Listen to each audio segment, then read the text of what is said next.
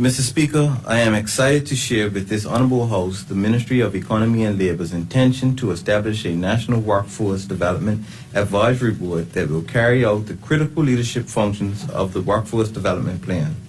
In addition, the Ministry's intention to amend the National Training Board Act 1997 to narrow the scope of the National Training Board so that it may provide attention specifically to skills trades, the administration of national certifications, and the promotion of apprenticeship programs. The purpose of the National Workforce Development Plan, which was drafted in 2018, was to lay the foundation for a 21st century workforce development system, a system that better aligns with education and economic development organizations in order to create a collective response to labor market challenges with a primary aim to connect people with jobs.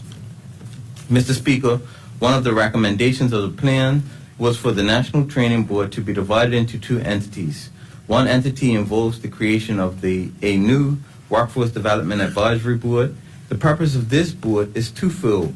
One, to enhance strategic interaction between workforce development system entities and the business community. And two, to effectively advise the minister responsible for labor on a workforce development strategy for Bermuda. Mr. Speaker, the new Workforce Development Advisory Board will lead the efforts to engage a diverse range of employers and entities in Bermuda and will carry out the critical leadership function of the Workforce Development Plan.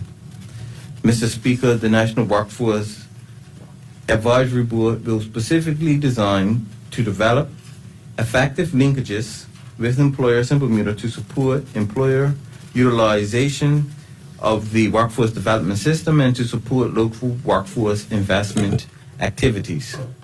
Ensure that workforce investment activities meet the needs of employers and support economic development in Bermuda, and to develop proven strategies for meeting the employment and skills needs of workers and employers.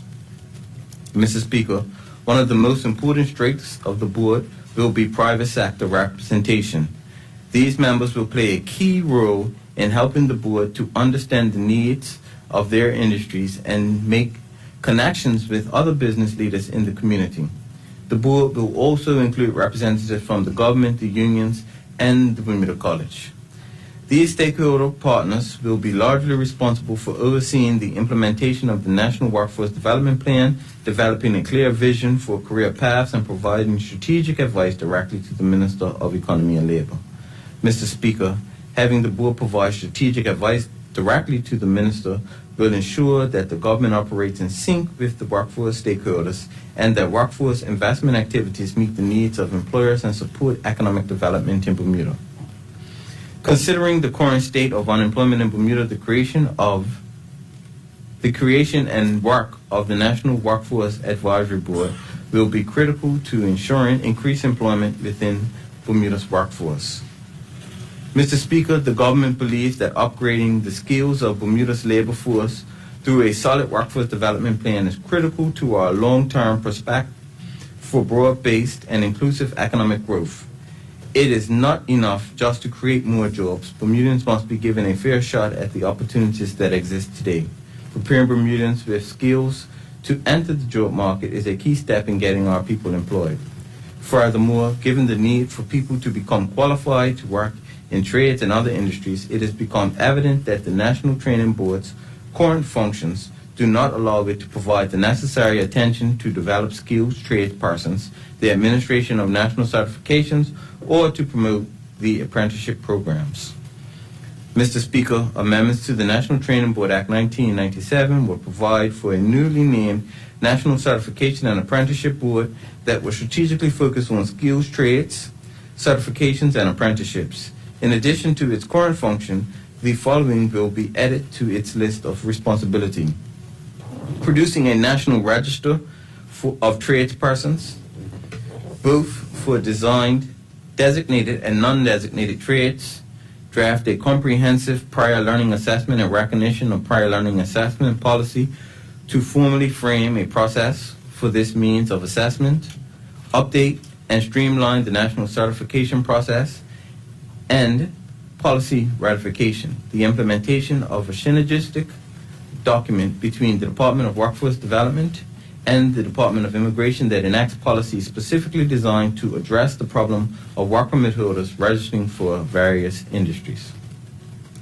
The remaining functions will be removed as follows: establishment, management, and supervision of a national training center, and determining the mission, strategic direction, and priorities of the national training center and its performance goals.